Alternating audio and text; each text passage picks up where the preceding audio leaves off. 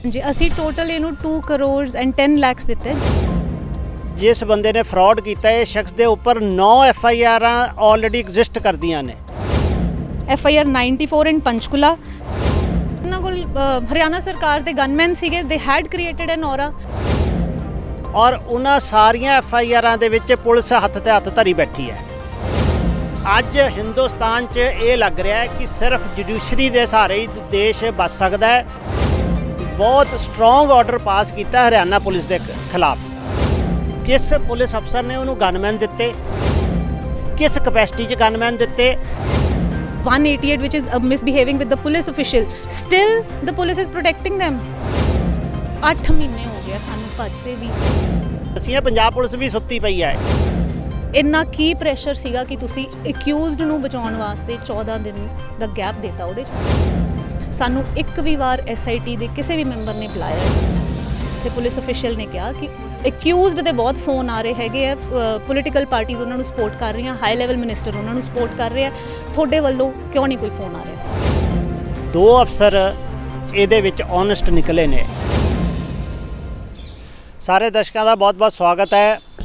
ਜਿਸ ਤਰੀਕੇ ਅਸੀਂ ਰੋਜ਼ ਸੁਣਦੇ ਹਾਂ ਕਿ ਇਮੀਗ੍ਰੇਸ਼ਨ ਵਾਲੇ ਫਰਾਡ ਕਰਦੇ ਨੇ, ਉਸੇ ਤਰ੍ਹਾਂ ਦਾ ਇੱਕ ਫਰਾਡ ਅੱਜ ਸਾਡੇ ਕੋਲ ਆਇਆ ਹੈ ਔਰ ਤੁਸੀਂ ਸੁਣ ਕੇ ਹੈਰਾਨ ਹੋਵੋਗੇ ਕਿ ਇਸ ਸ਼ਖਸ ਦੇ ਉੱਪਰ, ਜਿਸ ਬੰਦੇ ਨੇ ਫਰਾਡ ਕੀਤਾ, ਇਸ ਸ਼ਖਸ ਦੇ ਉੱਪਰ 9 FIR ਆਲਰੇਡੀ ਐਗਜ਼ਿਸਟ ਕਰਦੀਆਂ ਨੇ ਔਰ ਉਹਨਾਂ ਸਾਰੀਆਂ FIR ਦੇ ਵਿੱਚ ਪੁਲਿਸ ਹੱਥ ਤੇ ਹੱਥ ਧਰੀ ਬੈਠੀ ਹੈ। ਅੱਜ ਇੱਕ ਕੋਰਟ ਨੇ ਬਹੁਤ ਸਟਰੋਂਗ ਆਰਡਰ ਪਾਸ ਕੀਤਾ ਹਰਿਆਣਾ ਪੁਲਿਸ ਦੇ ਖਿਲਾਫ। ਔਰ ਮੈਂ ਇੱਥੇ ਗੱਲ ਐਡ ਕਰਨਾ ਚਾਹਾਂਗਾ ਕਿ ਪੁਲਿਸ ਭਾਵੇਂ ਪੰਜਾਬ ਦੀ ਹੈ, ਹਰਿਆਣੇ ਦੀ ਹੈ, UP ਦੀ ਹੈ, ਕਿਸੇ ਵੀ ਸਟੇਟ ਦੀ ਪੁਲਿਸ ਹੈ, ਇਸ ਵੇਲੇ ਸੀਟ ਤੇ ਉਹੀ ਅਫਸਰ ਬੈਠਾ ਹੈ ਜਿਹੜਾ ਕਰਪਟ ਹੈ। ਓਨੈਸਟ ਅਫਸਰ ਤਾਂ ਬਹੁਤ ਥੋੜੇ ਨੇ। ਜਿਹੜੇ ਓਨੈਸਟ ਅਫਸਰ ਹੈਗੇ ਨੇ ਉਹਨਾਂ ਨੂੰ ਚੰਗੀਆਂ ਪੋਸਟਾਂ ਨਹੀਂ ਮਿਲਦੀਆਂ ਔਰ ਉਹਨਾਂ ਨੂੰ ਬਿਲਕੁਲ ਖੁੱਡੇ ਲਾਈਨ ਲਾ ਕੇ ਰੱਖਿਆ ਜਾਂਦਾ ਵੀ ਉਹ ਸਾਰੀ ਉਮਰ ਐਂ ਹੀ ਰਿਟਾਇਰ ਹੋ ਜਾਂਦੇ ਨੇ। ਔਰ ਇੱਕ ਪਾਸੇ ਭਾਵੇਂ ਕਿਸੇ ਵੀ ਸਟੇਟ ਦਾ ਚੀਫ ਮਿਨਿਸਟਰ ਹੈ, ਉਹ ਚੀਖ ਕੇ ਇਹੀ ਗੱਲ ਕਹਿੰਦਾ ਜੀ ਮੈਂ ਜਸਟਿਸ ਦੇਵਾਂਗਾ। ਕਿਤੇ ਕੋਈ ਜਸਟਿਸ ਨਹੀਂ ਮਿਲਦਾ। ਚਾਹੇ ਪੰਜਾਬ ਦੇ ਥਾਣਿਆਂ ਚਲੇ ਜਾਓ, ਚਾਹੇ ਤੁਸੀਂ ਹਰਿਆਣੇ ਦੇ ਥਾਣਿਆਂ ਚੱਲ ਜਾਓ, ਚਾਹੇ UP ਦੇ ਥਾਣਿਆਂ ਚਲੇ ਜਾਓ। ਸਾਡੇ ਨਾਲ ਨੇ ਸੁਖਮਨ ਔਰ ਉਹਨਾਂ ਦੇ ਹਸਬੈਂਡ ਸਿਕੰਦਰ। ਉਹਨਾਂ ਨਾਲ ਗੱਲਬਾਤ ਕਰਦੇ ਆ ਵੀ ਉਹਨਾਂ ਨੇ ਇਸ ਫਰਾਡ ਨੂੰ ਕਦੋਂ ਪੈਸੇ ਦਿੱਤੇ ਔਰ ਕਿਸ ਤਰੀਕੇ ਫਰਾਡ ਉਹਨਾਂ ਦੇ ਕੰਟੈਕਟ 'ਚ ਆਇਆ। ਸੁਖਮਨ ਜੀ, ਤੁਸੀਂ ਇਸ ਨੂੰ ਕਦੋਂ ਪੈਸੇ ਦਿੱਤੇ ਔਰ ਇਹ ਕੰਟੈਕਟ 'ਚ ਕਦੋਂ ਆਇਆ ਤੁਹਾਡੇ? ਅਸੀਂ ਇਹਨੂੰ 2018 'ਚ ਪੈਸੇ ਦਿੱਤੇ। 2 ਟ੍ਰਾਂਜੈਕਸ਼ਨਸ ਹੋਈਆਂ, white transactions, bank account transfers ਹੋਏ। ਜਿਹੜੇ ਇਹਨਾਂ ਨੇ ਬੈਂਕ ਅਕਾਊਂਟ ਨੰਬਰ ਸਾਨੂੰ ਦਿੱਤੇ ਸੀ ਉਹਨਾਂ 'ਚ ਦੋਨੋਂ ਟ੍ਰਾਂਜੈਕਸ਼ਨਸ ਹੋਈਆਂ। WhatsApp ਦੇ ਥਰੂ ਸਾਡੇ ਕੋਲ ਸਾਰਾ ਪ੍ਰੂਫ ਹੈਗਾ। ਇਹਨਾਂ ਨੇ ਸਾਨੂੰ ਬਹੁਤ ਰੋਜ਼ੀ ਪਿਕਚਰ ਪੇਂਟ ਕੀਤੀ। ਇਹਨਾਂ ਨੇ ਆਪਣੇ ਆਫਿਸ ਦਿਖਾਏ, ਇਹ ਸਾਨੂੰ ਬਾਹਰ ਲੈ ਕੇ ਗਏ, ਟਿਕਟਸ ਵੀ ਇਹਨਾਂ ਨੇ ਬੁੱਕ ਕੀਤੀਆਂ। ਬਾਹਰ ਲੈ ਕੇ ਜਾ ਕੇ ਇਹਨਾਂ ਨੇ ਸਾਰੇ office and trucks and everything ਇਹਨਾਂ ਨੇ ਸਾਨੂੰ ਦਿਖਾਇਆ, ਸਾਨੂੰ ਕਨਵਿੰਸ ਕਰਤਾ ਕਿ ਇਹਨਾਂ ਦੀ ਬਹੁਤ ਹੀ ਸਟਰੋਂਗ ਸੈਟਅਪ ਹੈ ਕੈਨੇਡਾ 'ਚ to provide us with PR for a family. ਹਾਂਜੀ, ਤੁਹਾਡੇ ਇਹ ਜਿਸ ਤਰ੍ਹਾਂ ਤੁਸੀਂ ਕਿਹਾ ਵੀ ਸਾਰਾ ਪੈਸਾ ਵਾਈਟ 'ਚ ਦਿੱਤਾ ਔਰ ਤੁਹਾਨੂੰ ਬਾਹਰ ਕੈਨੇਡਾ ਇਹ ਲੈ ਕੇ ਗਏ ਔਰ ਕੈਨੇਡਾ ਜਾ ਕੇ ਤੁਹਾਨੂੰ ਦਿਖਾਇਆ ਇਹਨਾਂ ਨੇ ਸਾਰਾ, ਤੁਹਾਡੇ ਮਨ 'ਚ ਕਦੀ ਵੀ ਗੱਲ ਐਸੀ ਨਹੀਂ ਆਈ ਕਿ ਇਹ ਬੰਦਾ ਸਾਡੇ ਨਾਲ ਧੋਖਾ ਕਰ ਰਿਹਾ ਜਾਂ ਤੁਸੀਂ ਕੋਈ ਖਾਸ ਇਨਕੁਆਇਰੀ ਕਰਨ ਦੀ ਕੋਸ਼ਿਸ਼ ਕੀਤੀ ਹੋਵੇ ਇਹਦੇ ਬਾਰੇ? ਨਹੀਂ ਜੀ, ਕਿਉਂਕਿ ਇੱਕ ਤਾਂ ਇਹਨਾਂ ਦਾ ਸਨ ਆਲਰੇਡੀ ਉੱਧਰ ਰਹਿੰਦਾ ਸੀਗਾ। ਹੀ ਵਾਜ਼ ਆਲਰੇਡੀ PR, ਹੀ ਵਾਜ਼ ਸਟੇਇੰਗ, ਉਹਦੇ ਕੰਪਨੀਜ਼ ਆਲਰੇਡੀ ਸੀਗੀਆਂ ਜਦੋਂ ਉਹਨਾਂ ਨੇ ਸਾਨੂੰ ਸਾਰਾ ਕੁਝ ਦਿਖਾਇਆ। ਬਾਕੀ ਇਹਨਾਂ ਕੋਲ ਹਰਿਆਣਾ ਸਰਕਾਰ ਦੇ ਗਨਮੈਨ ਸੀਗੇ, ਦੇ ਹੈਡ ਕ੍ਰੀਏਟਡ ਐਨ ਔਰਾ ਕਿ ਅਸੀਂ ਇਨਫਲੂਐਂਸ਼ੀਅਲ ਬੰਦੇ ਹਾਂ, ਅਸੀਂ ਇੱਥੋਂ ਦੇ ਰਹਿਣ ਵਾਲੇ ਹਾਂ, ਅਸੀਂ ਕੋਈ ਧੋਖਾ ਨਹੀਂ ਦੇ। ਉਹਨਾਂ ਨੇ ਸਾਡਾ ਇੰਨਾ ਬਿਲੀਵ ਕਰਾਤਾ ਆਪਣੇ ਆਪ ਵਿੱਚ ਤੇ ਆਪਣੇ ਬਿਜ਼ਨਸ ਵਿੱਚ ਦੈਟ ਸਾਡੇ ਲਈ ਕੋਈ ਸਕੋਪ ਹੀ ਨਹੀਂ ਛੱਡਿਆ। ਵੀ ਵਰ ਕਨਵਿੰਸਡ ਇਨਫ।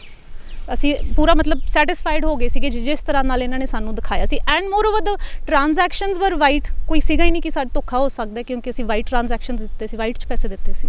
ਜਿਸ ਤਰ੍ਹਾਂ ਹੁਣ ਸੁਖਮਨ ਜੀ ਨੇ ਗੱਲ ਕਹੀ, ਉਹਨੂੰ ਗਨਮੈਨ ਮਿਲੇ ਹੋਏ ਸੀ। ਹੁਣ ਸਭ ਤੋਂ ਵੱਡਾ ਸਵਾਲ ਇਹ ਖੜਾ ਹੁੰਦਾ ਹੈ ਵੀ ਕਿਸ ਪੁਲਿਸ ਅਫਸਰ ਨੇ ਉਹਨੂੰ ਗਨਮੈਨ ਦਿੱਤੇ, ਕਿਸ ਕਪੈਸਿਟੀ 'ਚ ਗਨਮੈਨ ਦਿੱਤੇ, ਕੀ ਉਹਨੂੰ ਥ੍ਰੈਟ ਸੀ ਗਨਮੈਨ ਉਹਨੂੰ ਪ੍ਰੋਵਾਈਡ ਕੀਤੇ ਗਏ ਔਰ ਸਰਕਾਰ ਨੇ ਉਸ ਅਫਸਰ ਦੇ ਖਿਲਾਫ ਹੁਣ ਤੱਕ ਕਿਉਂ ਐਕਸ਼ਨ ਨਹੀਂ ਲਿਆ। ਇਹ ਵੀ ਇੱਕ ਬੜਾ ਵੱਡਾ ਸਵਾਲ ਖੜਾ ਹੁੰਦਾ ਹੈ ਕਿ ਜੇ ਸਰਕਾਰ, ਕੋਈ ਵੀ ਸਰਕਾਰ ਹੈ, ਚਾਹੇ ਖੱਟੜ ਸਰਕਾਰ ਹੈ ਜਾਂ ਇੱਥੇ ਪਹਿਲਾਂ ਕੈਪਟਨ ਸਰਕਾਰ ਸੀ, ਅੱਜ ਚੰਨੀ ਸਰਕਾਰ ਹੈ, ਕੋਈ ਸਰਕਾਰ ਹੈ, ਜੇ ਉਹ ਫਰਾਡ ਬੰਦਿਆਂ ਨੂੰ ਗਨਮੈਨ ਇਸ਼ੂ ਕਰ ਰਹੀ ਹੈ ਤੇ ਉਹਦੇ ਵਿੱਚ ਚੀਫ ਮਿਨਿਸਟਰ ਵੀ ਘੇਰੇ 'ਚ ਆਉਂਦਾ ਹੈ ਤੇ ਚੀਫ ਮਿਨਿਸਟਰ ਦੇ ਥੱਲੇ ਅਫਸਰ ਲੱਗੇ ਵੀ ਘੇਰੇ 'ਚ ਆਉਂਦੇ ਨੇ। ਅੱਛਾ, ਹੁਣ ਤੁਸੀਂ ਮੈਨੂੰ ਇਹ ਦੱਸੋ ਵੀ ਟੋਟਲ ਅਮਾਊਂਟ ਕਿੰਨਾ ਤੁਸੀਂ ਇਹਨੂੰ ਪੇ ਕੀਤਾ ਤੇ ਇਹਦੇ ਖਿਲਾਫ ਜਿਹੜੇ ਕੀ FIRs ਹੈਗੀਆਂ ਨੇ? ਹਾਂਜੀ, ਅਸੀਂ ਟੋਟਲ ਇਹਨੂੰ 2 ਕਰੋੜ ਐਂਡ 10 ਲੱਖ ਦਿੱਤੇ, ਜਿਹਦੇ 'ਚੋਂ 180 is white transactions and 30 lakh is cash. which was paid in total to 3 main accused, the Bhalla family. And ਇਹਦੇ ਅਗੇਂਸਟ ਜਿਹੜਾ ਅਸੀਂ ਬਾਅਦ 'ਚ ਜੋ ਸਾਡੇ ਨਾਲ ਧੋਖਾ ਹੋ ਗਿਆ, ਜਦੋਂ ਇਹਨੇ ਸਾਡੇ ਫੋਨ ਕਾਲਸ ਚੱਕਣੇ ਬੰਦ ਕਰਤੇ, ਇਹਨੇ ਸਾਡੇ ਰਿਸਪੌਂਸ ਮੈਸੇजेस ਨੂੰ ਰਿਸਪੌਂਡ ਕਰਨਾ ਬੰਦ ਕਰਤਾ। ਇਨਫੈਕਟ ਅਸੀਂ ਇਹਦੇ ਰੈਜ਼ੀਡੈਂਸ 'ਤੇ ਜਾਂਦੇ ਸੀ, ਮਿਲਦਾ ਨਹੀਂ ਸੀ, and he has multiple residences, so ਅਸੀਂ ਕਿੱਥੇ ਭੱਜ ਸਕਦੇ ਸੀ ਇਹਦੇ ਪਿੱਛੇ। Then we try to dig out and ਸਾਨੂੰ ਪਤਾ ਲੱਗਿਆ ਇਹਦੇ ਅਗੇਂਸਟ ਕਾਫੀ FIRs ਹੈਗੀਆਂ, ਐਂਡ ਕੋਈ ਸੈਕਸ਼ਨ ਨਹੀਂ ਹੋਣਾ CRPC ਦਾ ਜਿਹੜਾ ਇਹਦੇ ਅਗੇਂਸਟ ਨਾ ਹੋਵੇ, from immoral trafficking to suicide cases, and 420 ਦੇ ਤਾਂ uninnumerable, and 188 which is misbehaving with the police official, still the police is protecting them। Punjab ਤੇ ਹਰਿਆਣਾ ਤੇ ਚੰਡੀਗੜ੍ਹ ਸਾਰੇ ਕਿਤੇ ਇਹਨਾਂ ਦੇ ਕੇਸਿਸ ਹੈ, ਐਂਡ ਕਿਸੇ ਵੀ state the police is like not doing anything, ਕੁਛ ਨਹੀਂ ਕਰ ਰਹੀ, ਉਹਨਾਂ ਨੂੰ ਫੜ ਹੀ ਨਹੀਂ ਸਕੀ ਅੱਜ ਤੱਕ। FIR 94 ਹੈਗੀ ਹੈ ਪੰਚਕੂਲਾ ਦੀ, ਉਹਦੇ 'ਚ ਤਾਂ ਪੁਲਿਸ ਨੇ ਰਿਮਾਂਡ ਤੇ ਲਿਆ ਸੀ, and still in this particular FIR ਜਿਹੜੀ ਸਾਡੀ ਹੈ 283 in Ambala city, police is shielding, ਉਹਨਾਂ ਨੂੰ ਇੰਨਾ ਪ੍ਰੋਟੈਕਟ ਕਰ ਰਹੀ ਹੈ ਟੂ ਨੋ ਐਕਸਟੈਂਟ। 8 ਮਹੀਨੇ ਹੋ ਗਏ ਸਾਨੂੰ ਭੱਜਦੇ, ਵੀ ਹੈਵ ਨਾਟ ਲੈਫਟ, ਕੋਈ ਇਹੋ ਜਿਹਾ ਅਫਸਰ ਨਹੀਂ ਗਾ ਜਿਹੜਾ ਅਸੀਂ ਨਾ ਛੱਡਿਆ ਹੋਵੇ ਮਿਲੇ ਤੋਂ ਬਿਨਾਂ। ਦੈਟ ਪਲੀਜ਼ ਕੇਸ ਦੇ ਮੈਰਿਟਸ ਤੇ ਕੇਸ ਨੂੰ ਦੇਖਿਆ ਜਾਵੇ without any ਅਨਡਿਊ political pressure, but ਨਹੀਂ ਜੀ, ਇਸ 'ਚ ਕੁਛ ਨਹੀਂ ਹੋ ਰਿਹਾ।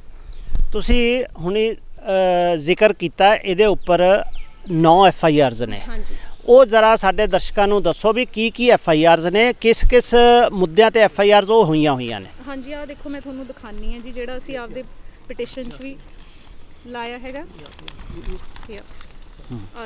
ਆਹ ਦੇਖੋ ਜੀ FIR ਹੈਗੀ ਹੈ 2 FIR ਤਾਂ ਇਸੇ ਸਾਲ ਦੀਆਂ, FIR 94 in Panchkula under section 420, 406, 467 ਜਿਹੜੇ ਫੋਰਜਿੰਗ ਆਫ ਡਾਕੂਮੈਂਟਸ।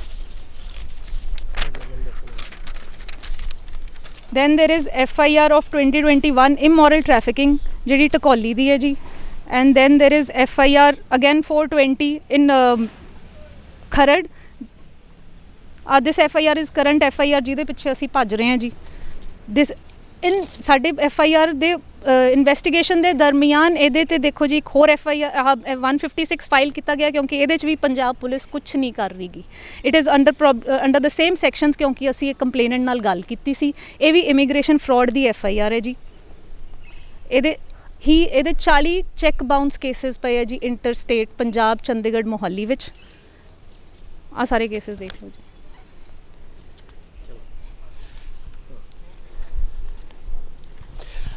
ਜਿਸ ਤਰ੍ਹਾਂ ਹੁਣ ਸੁਖਮਨ ਜੀ ਨੇ ਗੱਲ ਕਹੀ ਕਿ 9 FIRs ਤਾਂ ਇਹਨਾਂ ਨੇ RTIs ਦੇ ਥਰੂ ਕਢਾ ਲਈਆਂ, ਔਰ immoral trafficking, check bounce, fraud, ਔਰ ਪੰਜਾਬ ਪੁਲਿਸ ਵੀ ਇਸ ਦੇ ਘੇਰੇ 'ਚ ਆ ਗਈ ਹੈ। ਜਿਸ ਤਰ੍ਹਾਂ ਇਹਨਾਂ ਨੇ FIRs ਦੱਸੀਆਂ, ਪੰਜਾਬ ਪੁਲਿਸ ਵੀ ਸੁੱਤੀ ਪਈ ਹੈ। ਇਹਦਾ ਮਤਲਬ ਇਹ ਹੈ ਕਿ ਪੰਜਾਬ ਪੁਲਿਸ ਦੇ ਨਾਲ ਵੀ ਇਹਨੇ ਗੱਠਜੋੜ ਕੀਤਾ ਹੋਇਆ। ਇਹ ਤਾਂ ਪੰਜਾਬ ਪੁਲਿਸ ਦੇ ਉੱਪਰ ਆਮ ਹੀ ਐਲੀਗੇਸ਼ਨ ਲੱਗਦੇ ਨੇ ਕਿ ਪੰਜਾਬ ਪੁਲਿਸ ਜਿਹੜੇ ਇਹ ਫਰਾਡ ਕੰਸਲਟੈਂਟ ਨੇ ਉਹਨਾਂ ਨਾਲ ਮਿਲੀ ਹੋਈ ਹੈ, ਔਰ ਉਹਨਾਂ ਕੋਲੋਂ ਪੈਸੇ ਲੈ ਕੇ ਚੁੱਪ ਕਰ ਜਾਂਦੀ ਹੈ। ਅੱਛਾ ਸੁਖਮਨ ਜੀ, ਇਹ ਦੱਸੋ ਵੀ ਤੁਸੀਂ ਜਿਹੜੀ ਤੁਹਾਡੀ ਪੁਲਿਸ 'ਚ ਵੀ ਬੜੀ ਹਰਾਸਮੈਂਟ ਹੋਈ ਹੈ, ਠੀਕ ਹੈ, ਤੁਸੀਂ ਬਹੁਤ ਦਰਵਾਜ਼ੇ ਖੜਕਾਏ, ਕਿਸ ਤਰੀਕੇ ਕਿਹਨੂੰ ਮਿਲੇ, ਉਹ ਸਾਡੇ ਦਰਸ਼ਕਾਂ ਨੂੰ ਦੱਸੋ ਵੀ ਜਰਾ ਹਰਿਆਣਾ ਪੁਲਿਸ ਦਾ ਚਿਹਰਾ ਲੋਕਾਂ ਦੇ ਸਾਹਮਣੇ ਆਵੇ ਕਿ ਤੁਹਾਡੇ ਨਾਲ ਹਰਿਆਣਾ ਪੁਲਿਸ ਨੇ ਕੀ ਧੱਕਾ ਕੀਤਾ। ਹਾਂਜੀ, ਅਸੀਂ ਇਹ ਕੰਪਲੇਂਟ 15 ਮਾਰਚ ਨੂੰ ਦਿੱਤੀ ਸੀ ਜੀ, ਜਿਹਦੇ 'ਚ ਇਨਵੈਸਟੀਗੇਸ਼ਨ ਰეკਮੈਂਡ ਕੀਤੀ IGP ਅੰਬਾਲਾ ਨੇ, ਐਂਡ ਇਨਕੁਆਇਰੀ ਮਾਰਕ ਹੋਈ ਸੀ DSP ਹੈੱਡਕੁਆਟਰ ਅੰਬਾਲਾ ਸਿਟੀ ਨੂੰ, ਜਿਹਨੇ ਆਪਦੀ ਇਨਕੁਆਇਰੀ ਕੰਪਲੀਟ ਕਰਦੇ ਹੋਏ ਥਰੂ ਇਨਵੈਸਟੀਗੇਸ਼ਨ 30 ਅਪ੍ਰੈਲ ਨੂੰ ਇਹਦੇ 'ਚ FIR ਦੀ ਰეკਮੈਂਡੇਸ਼ਨ ਕਰਤੀ ਸੀ ਜੀ। FIR ਰეკਮੈਂਡੇਸ਼ਨ ਬਾਵਜੂਦ ਸਾਡੀ ਫਾਈਲ 2 ਹਫ਼ਤੇ SP ਦਫ਼ਤਰ ਪਈ ਰਹੀ। ਅਸੀਂ ਰੈਗੂਲਰ ਫੋਲੋਅਪ ਕੀਤਾ to know the status of the file, ਪਰ ਉਹਦੇ 'ਚ ਕੁਛ ਨਹੀਂ ਹੋਇਆ ਜੀ। ਇਵੈਂਚੁਅਲੀ 11 ਮਈ ਨੂੰ SP ਦਫ਼ਤਰ ਤੋਂ ਫਾਈਲ SHO ਆਫਿਸ ਗਈ। SHO ਆਫਿਸ 'ਚ FIR ਦਰਜ ਨਹੀਂ ਹੋ ਕੇ ਉਹ ਫਾਈਲ ਔਨ ਹੋਲਡ ਰਹੀ। ਅਗਲੇ ਦਿਨ ਉਹ SHO ਆਫਿਸ ਤੋਂ ਵਾਪਸ SP ਦਫ਼ਤਰ ਆਈ। ਅਸੀਂ ਫੇਰ ਫੋਲੋਅਪ ਕੀਤੇ ਜੀ, ਅਸੀਂ ਰਿਪੀਟਡ ਈਮੇਲਸ ਭੇਜੀਆਂ, ਪਰ ਇਹਦੇ 'ਚ ਕਿਸੇ ਵੀ ਪੁਲਿਸ ਅਫੀਸ਼ੀਅਲ ਨੇ ਕੁਛ ਨਹੀਂ ਕੀਤਾ। ਫਾਈਨਲੀ ਸਾਨੂੰ 5 ਜੂਨ ਨੂੰ ਫੋਨ ਆਉਂਦਾ ਜੀ DSP ਹੈੱਡਕੁਆਟਰ ਅੰਬਾਲਾ ਸਿਟੀ ਤੋਂ ਕਿ DSP ਹੈੱਡਕੁਆਟਰ ਨੇ ਸਾਨੂੰ ਬੁਲਾਇਆ ਹੈਗਾ ਫॉर ਅ ਮੀਟਿੰਗ। ਅਸੀਂ 7 ਜੂਨ ਨੂੰ DSP ਹੈੱਡਕੁਆਟਰ ਨੂੰ ਮਿਲੇ, ਜਿਹਦੇ 'ਚ ਉਹਨਾਂ ਨੇ ਸਾਨੂੰ ਦੱਸਿਆ ਕਿ ਇਨਸਪਾਈਟ ਆਫ DSP ਰਿਪੋਰਟ ਤਿਆਰ ਹੋਣ ਦੇ ਬਾਵਜੂਦ ਇਹਦੇ 'ਚ ਕੁਛ ਕੁਐਰੀਜ਼ ਰੇਜ਼ ਕੀਤੀਆਂ ਗਈਆਂ ਜੀ। Queries by whom? SHO ਨੇ ਕੁਐਰੀਜ਼ ਰੇਜ਼ ਕੀਤੀਆਂ, who is a junior rank officer, irrespective ਕਿ ਇਹਦੇ 'ਚ DSP ਦੀ ਸੈਟਿਸਫੈਕਟਰੀ ਰਿਪੋਰਟ ਬਣ ਚੁੱਕੀ ਸੀ। ਇਨਕੁਆਇਰੀਜ਼ ਰੇਜ਼ਡ ਬਾਈ DA ਕਿ ਉਹਦੇ ਜੋ ਵੀ ਸਾਨੂੰ ਇਨਕੁਆਇਰੀਜ਼ ਦਿੱਤੀਆਂ ਗਈਆਂ, ਅਸੀਂ ਉਸ ਤੋਂ ਬਾਅਦ ਉਸੇ ਦਿਨ ਅਸੀਂ SP ਸਾਹਿਬ ਨੂੰ ਮਿਲੇ ਜੀ। SP ਸਾਹਿਬ ਨੇ ਸਾਨੂੰ ਸੇਮ ਚੀਜ਼ਾਂ ਕਹੀਆਂ ਕਿ ਤੁਸੀਂ ਇਹਦੇ 'ਚ ਜਿਹੜੇ ਓਬਜੈਕਸ਼ਨਸ ਆਏ ਆ ਤੁਸੀਂ ਉਹਨਾਂ ਨੂੰ ਰਿਸਪੌਂਡ ਕਰੋ। ਇਹ 7 ਤਰੀਕ ਦੀ ਗੱਲ ਹੈ। ਅਸੀਂ 10 ਤਰੀਕ ਨੂੰ ਆਪਦਾ ਜਦੋਂ ਸਾਰੇ ਐਵੀਡੈਂਸ ਤੇ ਜਵਾਬ ਲੈ ਕੇ ਗਏ, ਨਾ ਤਾਂ ਸਾਨੂੰ ਡੀਐਸਪੀ ਸਾਹਿਬ ਮਿਲੇ, ਨਾ ਸਾਨੂੰ ਐਸਪੀ ਸਾਹਿਬ ਮਿਲੇ, ਕਿਸੇ ਨੇ ਸਾਨੂੰ ਮਿਲੇ ਨਹੀਂ, ਕਿਸੇ ਨੇ ਸਾਡਾ ਐਵੀਡੈਂਸ ਨਹੀਂ ਲਿਆ।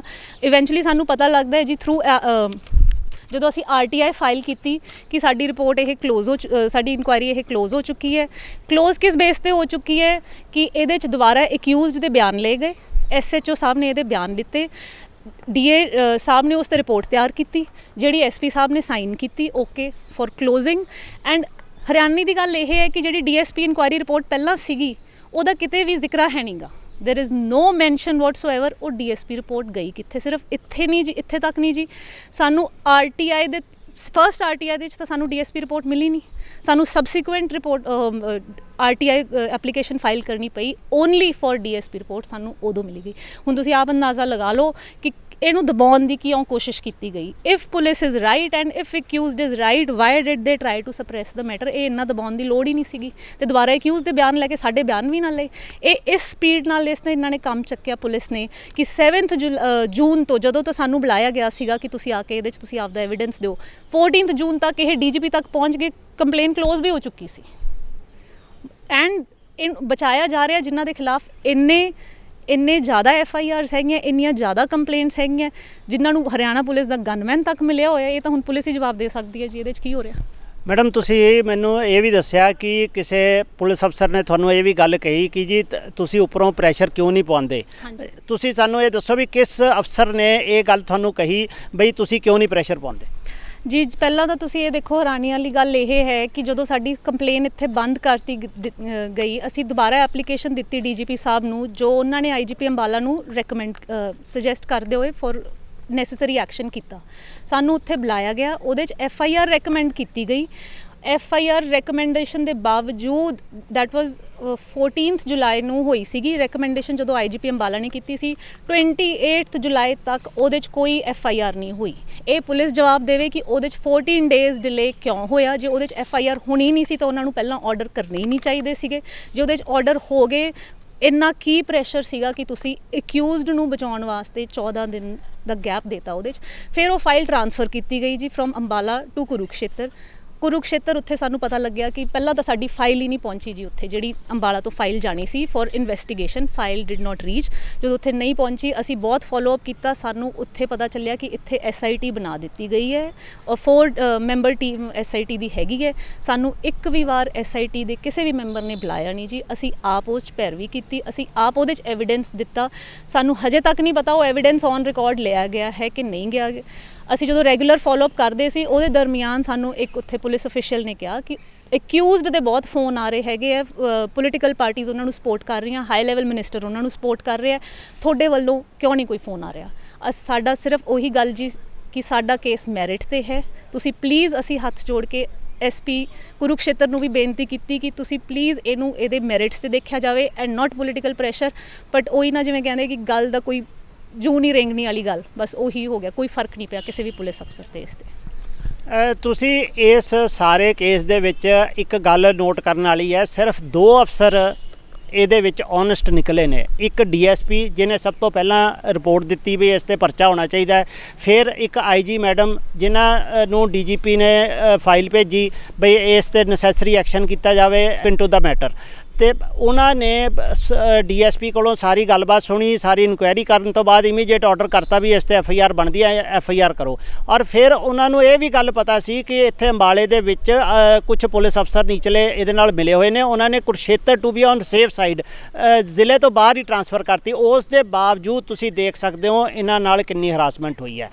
ਹੁਣ ਸਭ ਤੋਂ ਵੱਡਾ ਅੱਜ ਸਵਾਲ ਇਹ ਹੈ ਕਿ ਪੁਲਿਸ ਭਾਵੇਂ ਮੈਂ ਜਿਹੜੀ ਪਹਿਲਾਂ ਵੀ ਗੱਲ ਕਹਿ ਚੁੱਕਾ ਕਿ ਪੁਲਿਸ ਭਾਵੇਂ ਪੰਜਾਬ ਦੀ ਹੈ, ਹਰਿਆਣੇ ਦੀ ਹੈ, ਚੰਡੀਗੜ੍ਹ ਦੀ ਹੈ, ਯੂਪੀ ਦੀ ਹੈ, ਕਿਸੇ ਹੋਰ ਸਟੇਟ ਦੀ ਹੈ, ਸਾਰੀ ਦੀ ਸਾਰੀ ਹਿੰਦੁਸਤਾਨ ਦੀ ਪੁਲਿਸ ਕਰਪਟ ਹੋ ਚੁੱਕੀ ਹੈ।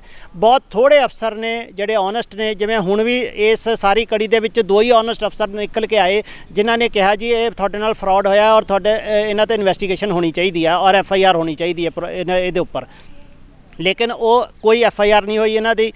ਅੱਜ ਇਹਨਾਂ ਨੇ ਕੋਰਟ ਦੇ ਵਿੱਚ ਦਰਵਾਜ਼ਾ ਖੜਕਾਇਆ ਔਰ ਇੱਕ ਕੋਰਟ ਨੇ ਇਹਨਾਂ ਨੂੰ ਆਰਡਰ ਦਿੱਤਾ ਔਰ ਉਸ ਕੋਰਟ ਦੇ ਆਰਡਰ ਕਰਕੇ ਅੱਜ ਇਹਨਾਂ ਨੂੰ ਕੁਝ ਰਿਲੀਫ ਮਿਲਿਆ। ਉਹ ਮੈਂ ਕੋਰਟ ਦਾ ਆਰਡਰ ਤੁਹਾਨੂੰ ਪੜ੍ਹ ਕੇ ਸੁਣਾ ਦਿੰਦਾ।